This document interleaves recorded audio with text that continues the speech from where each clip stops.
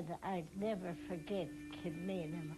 It was like the black hole of Calcutta. It was an awfully gloomy, dirty-looking place.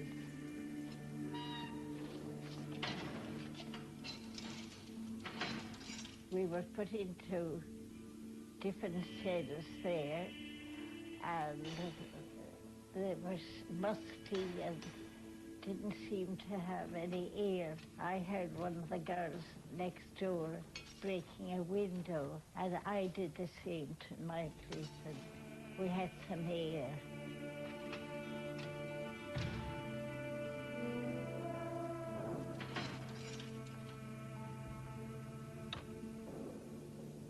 Dear Bridie, my jail experience is written in fire across my brain, never to be effaced.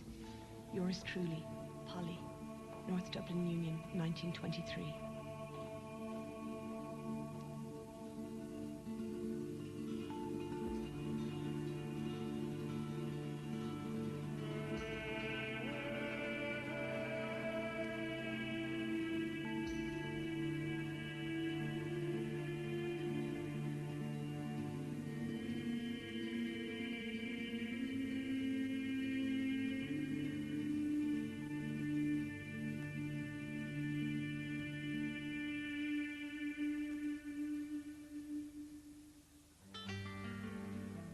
This is a story that crosses the social divide, that embraced women from all walks of life. These women had come of age in an Ireland that had undergone change from being a stronghold of the British Empire to organized rebellion and civil war. They faced death in the fighting and later in prison hunger strikes. Like their male counterparts, they were willing to die for Ireland, yet their names are not remembered. Their political involvement was something those closest to them often preferred to forget. By taking part in the struggle for independence, they overcame enormous prejudice, not just from their male military colleagues, but from their fellow countrymen and women.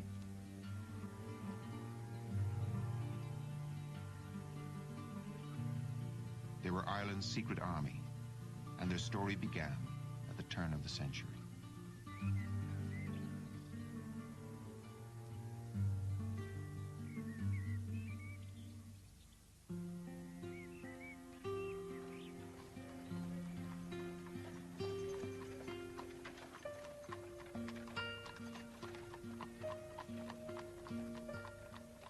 In 1900, the legal working age was 8 years old. Women did not have the right to vote, and 50% of them remained unmarried. Participation in public life was frowned upon by the Catholic Church, and women were excluded from political parties and cultural societies. There was one woman who rose above the restrictions of the time, Maud Gonne. Maud Gonne was already a well-known anti-British activist. When she tried to gain membership of the National Land League, she was told it was an open organization in which the ladies will not take part. I think it was Parnell who said, England's gifts to Ireland were workhouses, prisons, and lunatic asylums. Evictions I saw in 1885 changed the whole course of my life, transforming me from a carefree society girl into a woman of set purpose. I was determined to do my share to free Ireland from the British Empire. The wholesale destruction of the little houses of the people by battering rams was going on all over the country. 360,000 people were evicted from their little homes under Queen Victoria. Stones and boiling water were no match for guns. Maud Gonne was not an Irish woman by birth.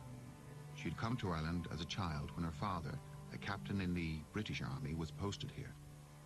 After fleeing to France to avoid arrest for her activities, she'd published a broadsheet about colonial repression and the loss of Irish identity. Like many creative and political thinkers of her era, she believed that the mindset of Ireland had to change.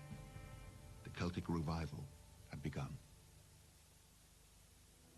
The Celtic Literary Society, founded by Willie Rooney, like all political organizations of those days, excluded women from membership, but they invited me to lecture for them.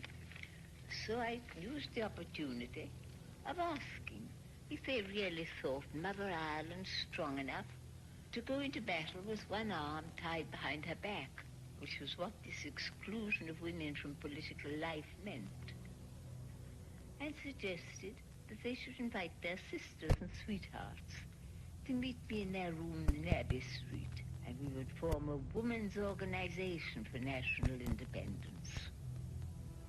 A few days after, I met some 14 sisters and sweethearts, all young, inexperienced in political work, but all loving Ireland and eager to work for her. What can we do? England is preventing our language and our history being taught in the schools. We could start free classes to teach the children subjects forbidden in the schools. England is trying to get Irishmen to enlist in her army. We could start an anti-recruiting campaign. Before a year was out, we had 3 centres in Dublin, teaching history, Irish, music and dancing. That was how Inine na hÉireann started. As well as the political work, Miss Gunn always wanted the social side of things attended to. Well, at that time there was great poverty in Dublin, because a working man working anything up to 60 hours, he earned 14 or 15 shillings a week and had to keep a family on that. And she got the idea in France for school dinners. It was a dinner of stew and vegetables and potatoes, hot. They cooked it and sent it up in cauldrons in a little cart that we hired to the schools. And the teachers and we all, the members of Inine, went up and served the children. We forbid the word charity to be used in connection with them. And each child was expected to pay a penny, but no one knew whether the child next to him had or had not the penny.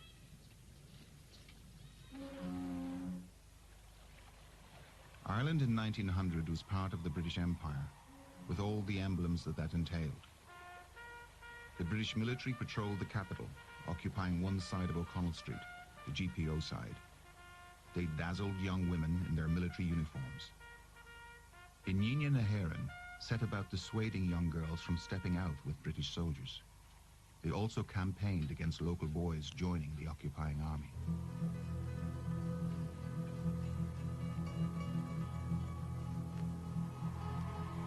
Our anti-enlisting campaign was so successful that it brought Queen Victoria to Ireland to stimulate recruiting, which obliged us to start another campaign to stop official welcomes to English royal visitors. We held great demonstrations, but failed to prevent Queen Victoria receiving the keys of the city of Dublin. But we succeeded in preventing Edward VII receiving them when he visited Dublin after his coronation. Maud Gonne had written an article on Queen Victoria called The Famine Queen. The day before Victoria's arrival in Dublin, it was published in the United Irishman. The paper was seized and Maud Gonne was removed with physical force. On the day before the arrival of King Edward, Gonne was busy leafleting the streets again. And when she arrived home, she was so disgusted with her neighbor's display of Union Jacks and bunting that she broke a broom and made her own flag. Another young woman disgusted by the display of flunkyism was 19-year-old Helena Maloney. That evening, she decided to join Inine na hÉireann. So I went down in 1903 to their offices in Pierce Street, and I found them closed, but on the door was a message in pencil: raid on Maud Gonne's house. On the door was a message in pencil: raid on Maud Gonne's house, Colston Avenue. Come up, all of you. So I at once went up to Colston Avenue in the tram, And there I saw, at her house, a row of policemen looking very threateningly. The lawn, the little lawn, was filled with the members of the Nini, all girls. And she had had a black flag out. There was a visit of some live function going on in the city at the time, and it was a counterblast to the decorations of Union Jacks and so on. Well, I went in to the lawn, I was admitted, but I was unknown to them, you see, and the girls looked at me very suspiciously. Despite their suspicions, Helena persisted, going on to become a central figure in Hanina na hÉireann. Later, Helena Moloney recalled, "I walked home on air, really believing I was a member of the mystical army of Ireland." And it was into the Nini that you brought the Countess Markievicz. Yes. That was her initiation. Yes, that was her initiation. Into the national movement. I got the idea of starting a woman's paper, and I saw her name amongst a list of people who had attended a Sinn Féin meeting in the Mansion House, Arthur Griffith's organisation. And I saw her name, and being a woman, I wrote to her at once and asked her, would she come and help on the Ban na hÉireann, our little monthly journal. It was a penny monthly,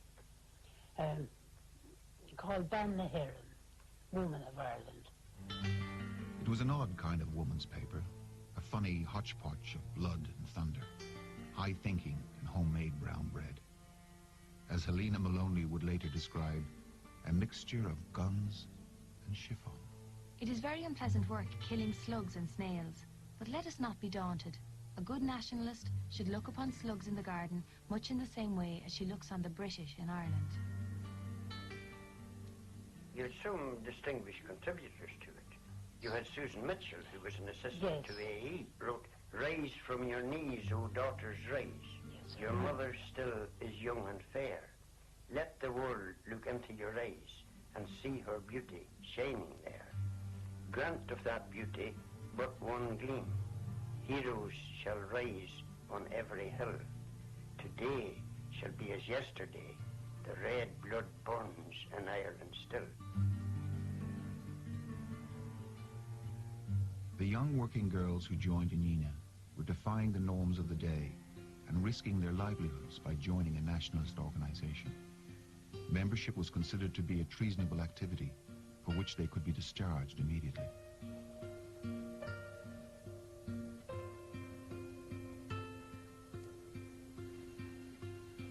Irish women first became involved in the labor movement in 1911, when 3,000 women at Jacob's factory went on strike for better wages. They won and set up the Irish Women's Workers' Union.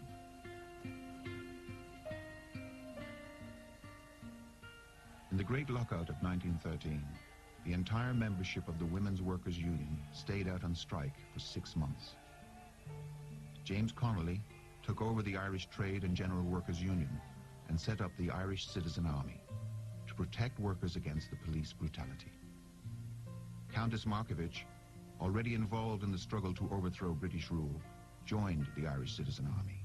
And with her flair for military organization and knowledge of firearms, she was given high rank. James Connolly welcomed women into the ranks on equal terms with the men.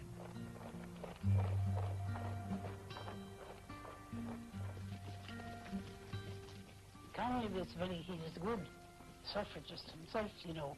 If a girl could handle a gun, she was given a gun. If a man could cook a meal, he was expected to cook it and not feel in any way degraded by it. Everyone had to do wherever their capability lay to do that work for Ireland's sake.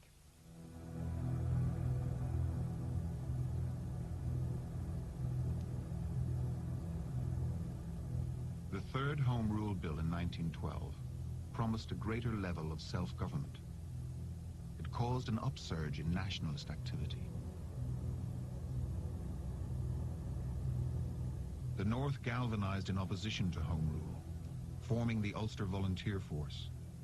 Over 3,000 women joined.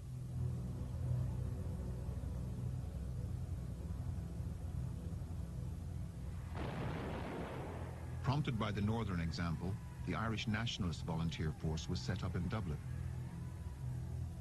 At their inaugural meeting in 1913, President Owen MacNeill promised there would be work for the women.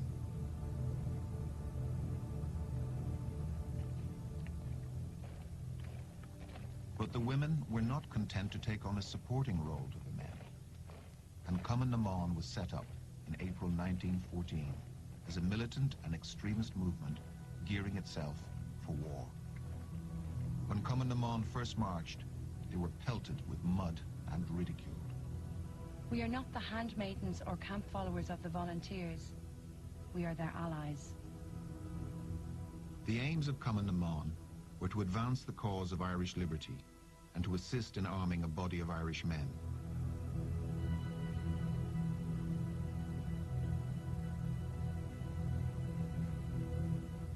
With Markievicz as president, Cumann na Món set up the Defence of Ireland Fund to raise money to buy arms. It was the idea of the Honourable Mary Spring Rice to smuggle arms in from Germany with the help of Erskine Childers and his wife Molly. They used Childers' yacht, the Asgard. In July 1914, after a 19-day voyage, they landed 900 rifles and 29,000 rounds of ammunition at Howth, County Dublin.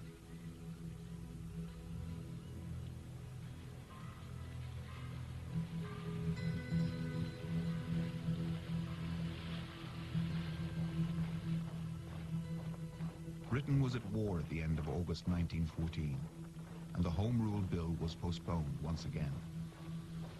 John Redmond, leader of the Home Rule Party, called on the volunteers to fight for Britain in the Great War.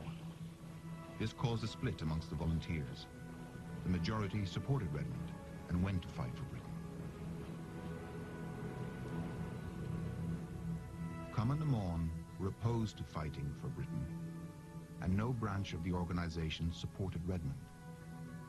They issued the statement at the convention of 1914. We came into being to advance the cause of Irish liberty.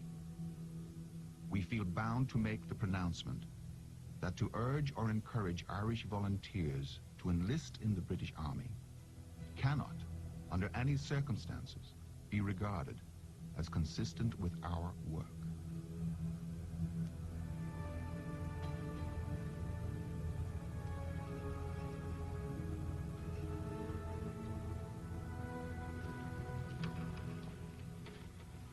O'Donovan Ross's funeral was the biggest nationalist demonstration Ireland had seen in years.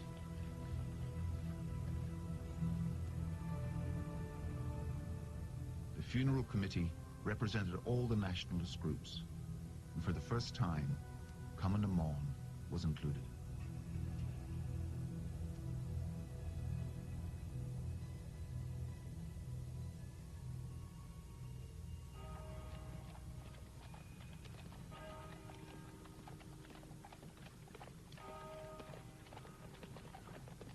The nationalist movement had a new generation of inspired and committed men and women.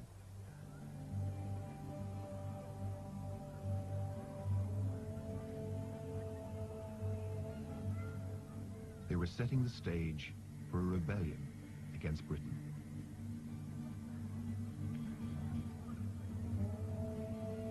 At the graveside, Patrick Pearse made his famous speech stating that Ireland unfree would never be at peace.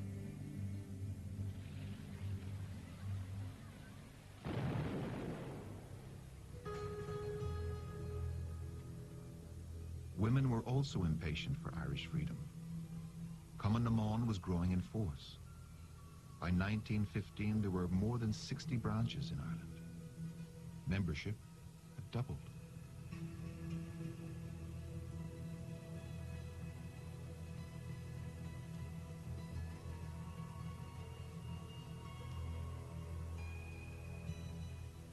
Along with their peers in the Irish Citizen Army and the Irish Volunteers, Cumann na Món was gearing up for a strike against Britain. Many women worked from the basement of Liberty Hall, which had become an ammunition store. Connolly had a scheme which I think worked very well. There was a very big blackboard outside, about 6 feet by 3, outside the front door of Liberty Hall, on which every weekend, every Saturday, there were flamboyant notices chalked. Assemble tomorrow, full equipment for an attack on Wellington Barracks. And another week it would be attack on some other barracks. These are all fictitious. We went on route marches. We didn't make any attack anywhere.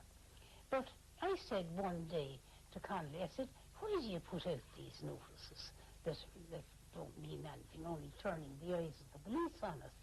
And he smiled and said, did you never hear the story of Wolf, Wolf, Wolf?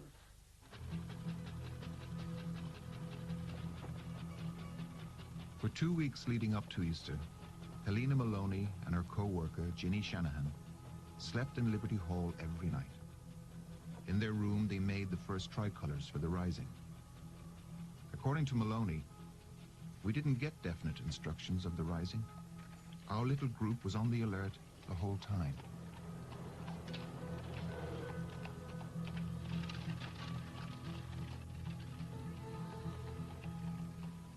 It was on the Saturday afternoon before Easter that we left Belfast to go to Tyrone. And then a messenger came and said they were looking for Miss Connolly. I was met by 2 men who told me they were from Dublin. They told me that there would be no fighting in Tyrone. So I decided I had no choice. I was to go on to Dublin if there was no fighting in Tyrone.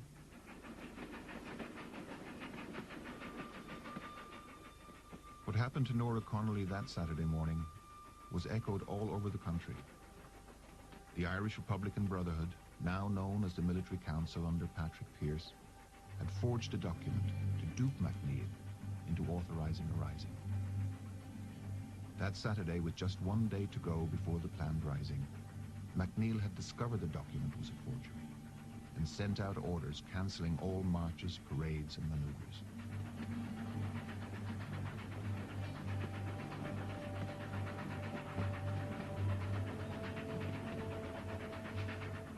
We arrived in Dublin about 6 o'clock in the morning, and I walked over to Liberty Hall. And when I went in, there was my father on a little cot in the middle of the room. He wasn't asleep. He turned and he looked at me. He said, "What are you doing here, Nora?" So I told him what had happened, and I said to him, "Daddy, what does it mean? We're not going to fight." And he turned to me and 2 big tears rolled down his cheeks. He says, "If we don't fight, Nora, we can only pray for an earthquake to come and swallow us and our shame." MacNeill's actions would overshadow all that followed. The discussions that took place in Liberty Hall were heartbreaking, with many of the volunteers and Irish Citizen Army saying that they would fight single-handed if necessary. The Military Council decided to go ahead with the rising and sent out couriers countermanding MacNeill's orders. Many of the couriers were women. Nora Connolly returned to Belfast with the message that the rising would go ahead on Easter Monday. But for many, the new order would come too late, for they had already demobilized. The news was rushed about. The volunteers had taken the GPO. They were in possession of several other places in the city. It was easy enough to get down O'Connell Street still, and I made my way to the GPO and asked the volunteer on guard to let me in to speak to Padraig Pearse, who was the only one of the leaders that I knew personally. I was brought to Pearse and had the temerity to tell him that I thought the rebellion was very wrong, as it would certainly fail, but that I wished to be there if there was going to be anything doing. The first shot was fired at Dublin Castle. Helena Maloney was there with a party of 9 girls from the Irish Citizen Army. Under the command of John Connolly, they took over the City Hall. Later, they would be joined by the Chief Medical Officer with the Irish Citizen Army, Dr. Kathleen Lynn. About 1 o'clock, we were on the roof. Several men and I and some girls and John Connolly, and he was struck bullet. There was firing, you see, from the castle and from the roof of the houses opposite. And by that time, Dr. Lynn had arrived downstairs, and she came up, and she said, I'm afraid he's going. So he lasted a couple of minutes. I said a prayer into his ear as he went, and he was dead.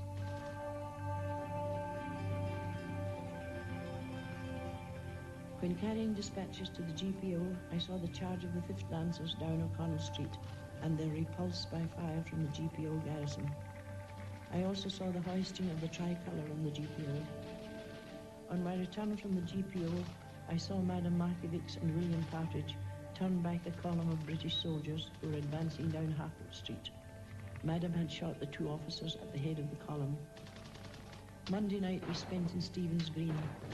On Tuesday morning, we realised that our position was untenable, as British troops had succeeded in gaining possession of the Sheldon Hotel and were firing on us from the roof.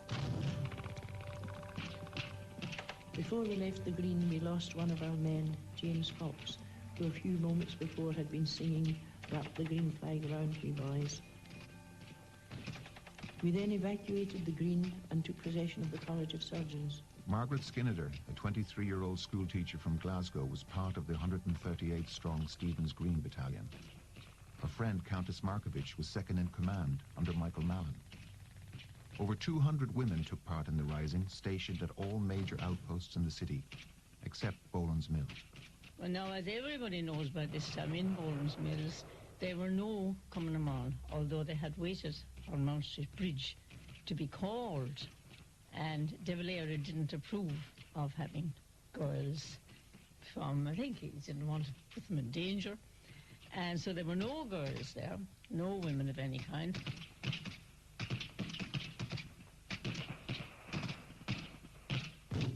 Towards nightfall, they attacked the windows at the back of the City Hall, which led out of the castle yard.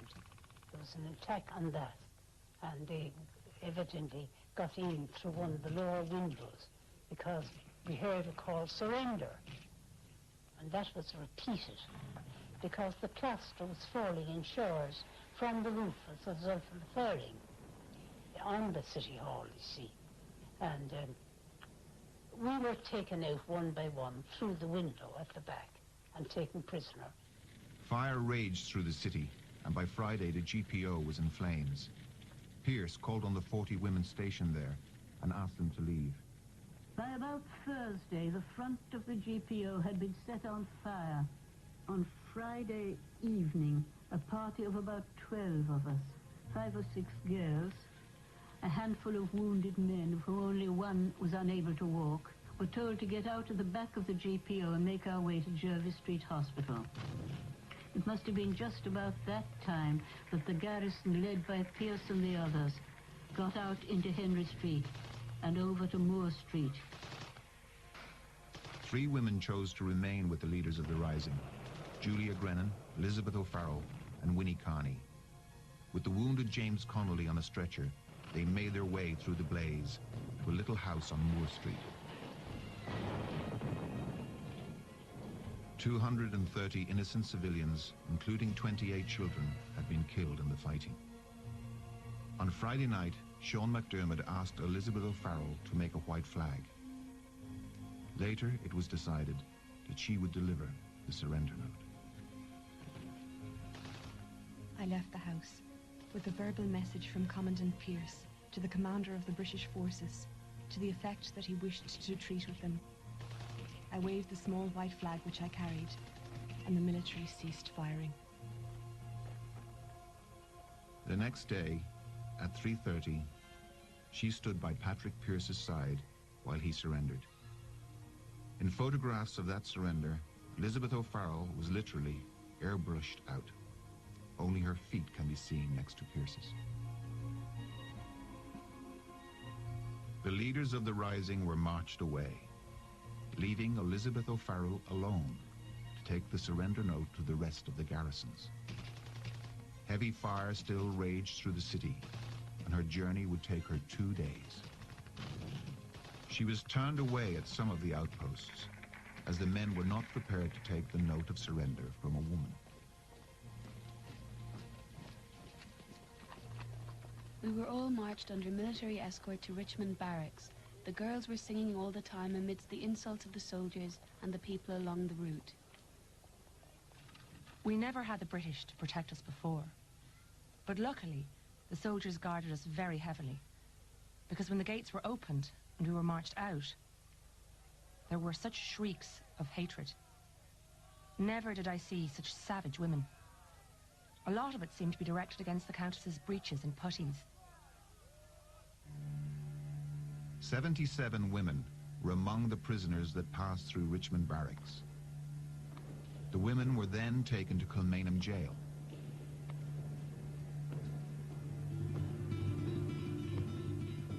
The leaders of the rising, including Countess Markievicz, were court-martialed and sentenced to death.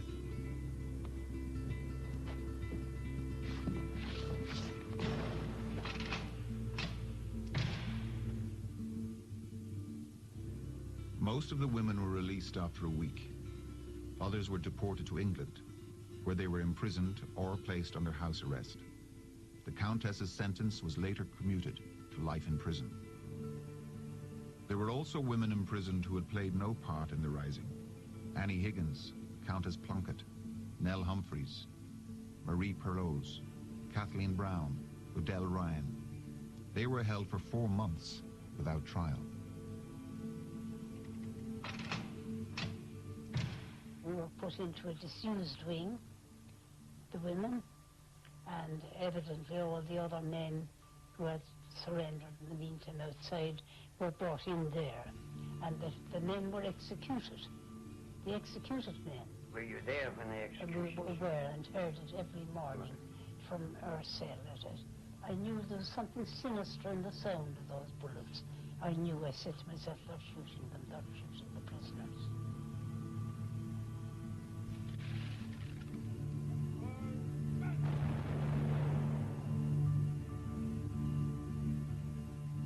Nellie Gifford, a young girl stationed at the College of Surgeons during the Rising, was now in prison.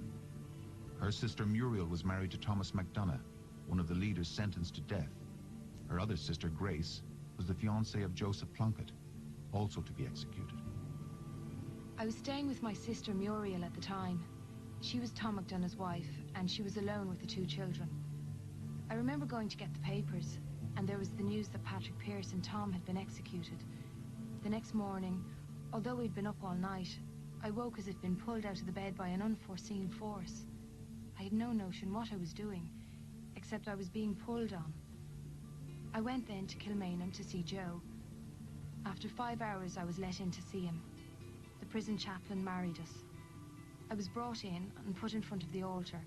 Then Joe was brought down the steps and the cuffs were taken off him, and the chaplain went on with the ceremony.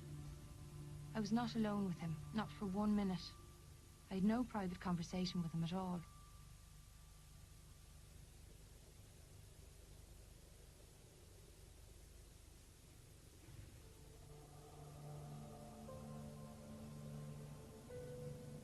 When we got into my father, he said, "Well, Lily," he said, "I suppose you know what this means."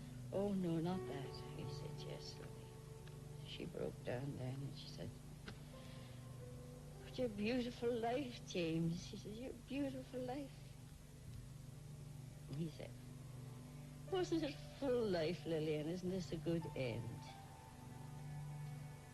And she broke, but she still cried. So he says, "Look, Lily, please don't cry." He says, "You'll unman me." So she tried to control herself. I was trying to control myself, too. And we were there, so I talked about little things. He was trying to plan our life for after he was gone. And then they told us time was up and we'd have to go. He used to be shot at dawn, he said.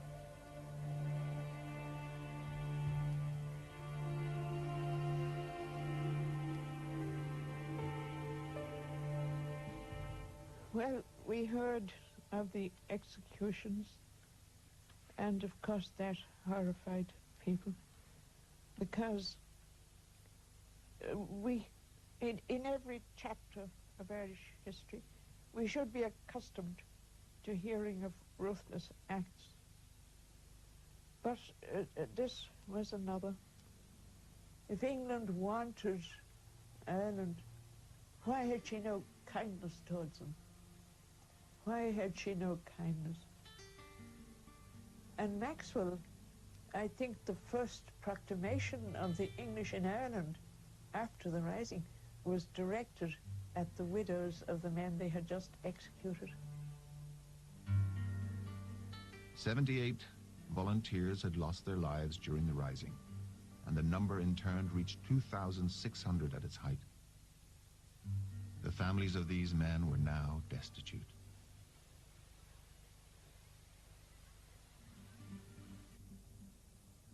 Immediately after the Rising, Mrs. Tom Clark had £1,000 in gold to look after the emergencies after the Rising, the dependents and whatever need there was. But within a fortnight or 3 weeks of his execution, she had assembled a band of women to make the first movement to collect money. And money came in from all over the world in response. They were able to help those who had lost their relations. Cumann na mBan risked arrest in collecting and administering these funds.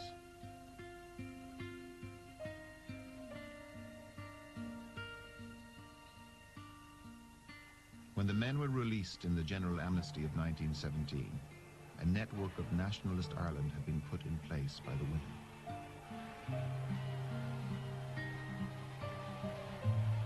The women of the Rising who had been deported with the men had by now also been released, except Countess Markievicz. It would take a further 6 months for her release in June 1917. She had spent almost a year in prison, had become an iconic figure. She returned to a very different Ireland. Cumann na mBan, the Irish Women Workers' Union, and the Irish Citizen Army all came together with a single goal. The women were determined that the promise of equal opportunity and citizenship, proclaimed in 1916, would be fulfilled. 4 women were co-opted onto the executive of the new umbrella organization of Sinn Féin. In 1918, women over 30 with property gained the right to vote.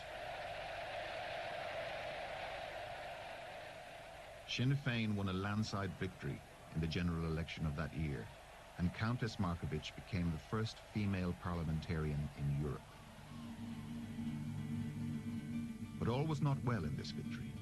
Out of the 75 seats Sinn Féin had won, 49 of the candidates were still in prison.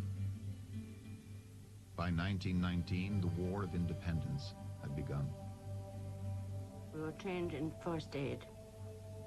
We were trained to how to break a rifle or a revolver and close it again, and how to keep them clean, how to mine them for dumps.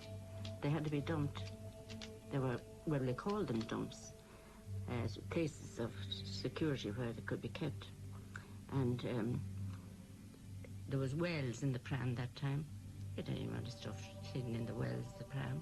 That child slept on ammunition and everything, you know. Keen to gain American support, Nora Connolly, Margaret Skinner, and Hannah Sheehy Skeffington all went there. Skeffington was determined to tell the true story of 1916 and of how her pacifist husband had been shot in the Rising.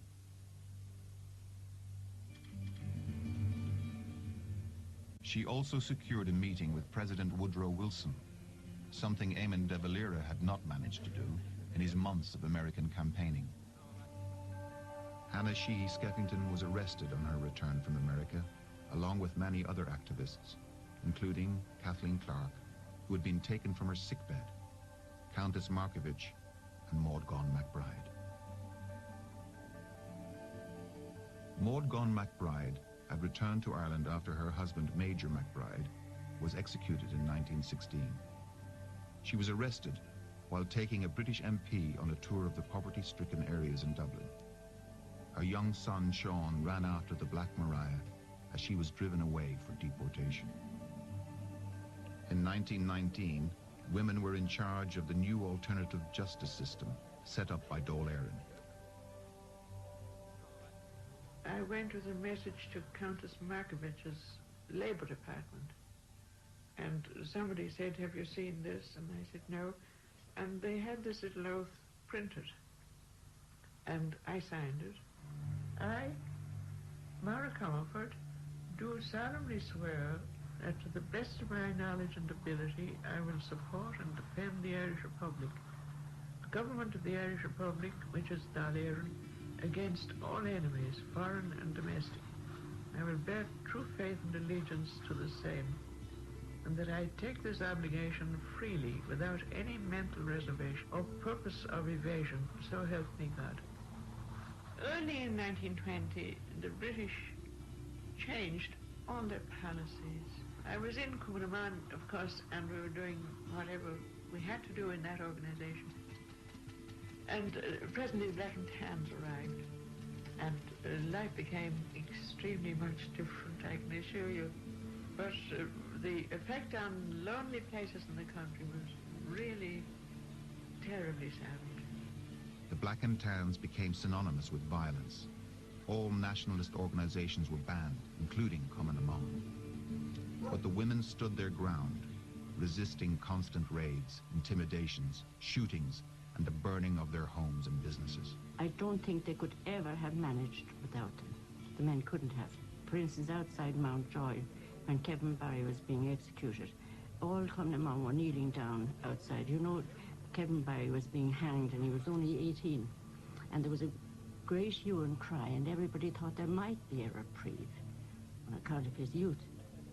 And everybody wished and hoped. And we went there at 6 o'clock in the morning. And at 8 o'clock, everybody still hoping, the prison officer came out and he pinned a paper onto the gate of Mountjoy. And there was a huge gasp from everybody. It said on the paper that he had been hanged and that the prison doctor had pronounced him dead. And everybody was very upset. And we had to take up the threads of our own lives at the same time. And we left the road to the armoured cars with their guns all sticking out and their softly purring engines. Did you ever hear the engine of an armoured car? It's a Rolls-Royce, and it just purrs. But it was in strong contrast to our outraged feelings. After 2.5 years of war, the British were forced to negotiate, and a truce was called in July 1921. Not one woman was included in the committee to negotiate peace. The women who asked to take part were considered by De Valera to be too militant or too extremist. The treaty that was signed in 1921 gave Ireland the status of a free state. It was not the republic fought and died for in 1916. It was an extension of Home Rule, and members of the Dáil would have to swear an oath of allegiance to the Crown. For the first time since 1900, the women's movement began to split. Those who favoured the treaty became known as Cumann na Saoirse. Cumann na mBan's opposition to the treaty was overwhelming. They now became, as De Valera would later describe, the most unmanageable of revolutionaries. Civil war broke out. People that you trusted implicitly before that, you couldn't trust them anymore. It was an awful time, really. Ever after that, you were never safe. I used to be sent in dispatches to different places. One time I was sent with a rifle. When I got down to Fleet Street, I saw them, people hiding in doorways, and I hid in the doorway, and they were firing at one another from one end of the street to the other. So I was wondering what would happen if I was caught with my rifle. But you didn't mind being arrested or what had happened during those days. You did it all for Ireland. I was in jail some of the time, but there was a period when I was a driver for the IRA. I brought communications up to the northern border. I brought communications also down to the 2nd Southern Division in Rose Green, County Tipperary. And going into Rose Green in the night, one had to turn up the car's lights and blow the horn, because otherwise you get shot. I remember I got up to the top floor, to a cell in the top floor, and it was marked out, I suppose, by one of the men prisoners before the forecourts. And that was my cell. And Mary McSweeney and Mrs. Humphreys and Sheila Humphreys, they were moved us to, so we were all in Kilmainham, and it was a dreary place. Mary McSweeney, a sister of Terence, who had died on hunger strike, was the first woman to resort to a hunger strike in the Civil War. When her sister Annie was refused permission to see her, she camped at the gates of the prison and went on her own hunger strike. At the end of April 1923, the governor of Kilmainham decided to remove some of the women prisoners to a workhouse called the North Dublin Union. The conditions in Kilmainham were so poor, the women would have welcomed the move, but for their concern for the health of two of the hunger strikers, Mary McSweeney and Kate O'Callaghan. On the evening of April the 13th, military police began to forcibly remove women from the prison. It would take them 5 hours.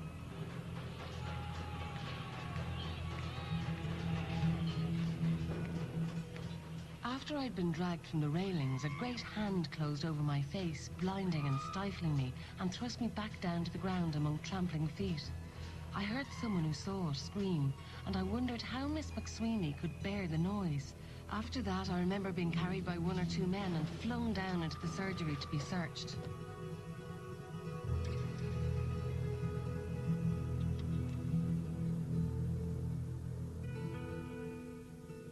Dear Bridie, my jail experience is written in fire across my brain, never to be effaced.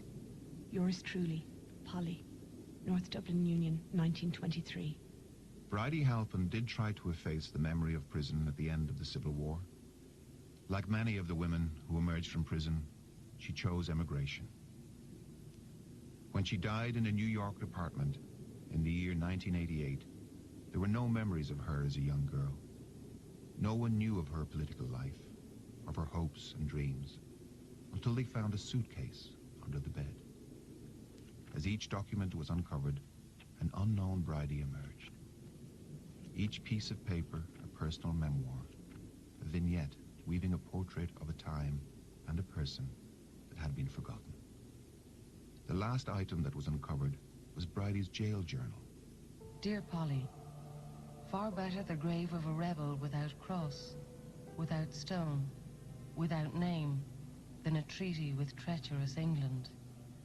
Bridie Halpin, Kilmainham Jail, August 12th, 1923. It was a glorious war on account of the resistance, of the wonderful courage of people and fighting men and their women under conditions of extraordinary difficulty and terrible repression.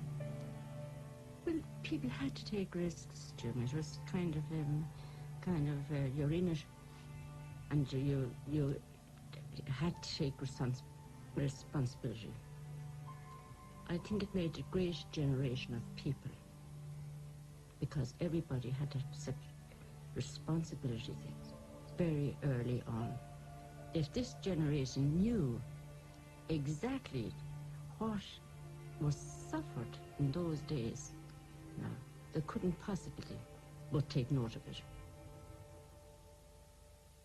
Remember me is all I ask, and if remembrance proves a task, forget. Nora O'Sullivan, 1923. In Dublin's fair city, where the girls were so pretty, I first laid my eyes on sweet Molly Malone, as she wheeled her wheelbarrow through the streets broad and narrow, crying cockles and mussels, alive, alive.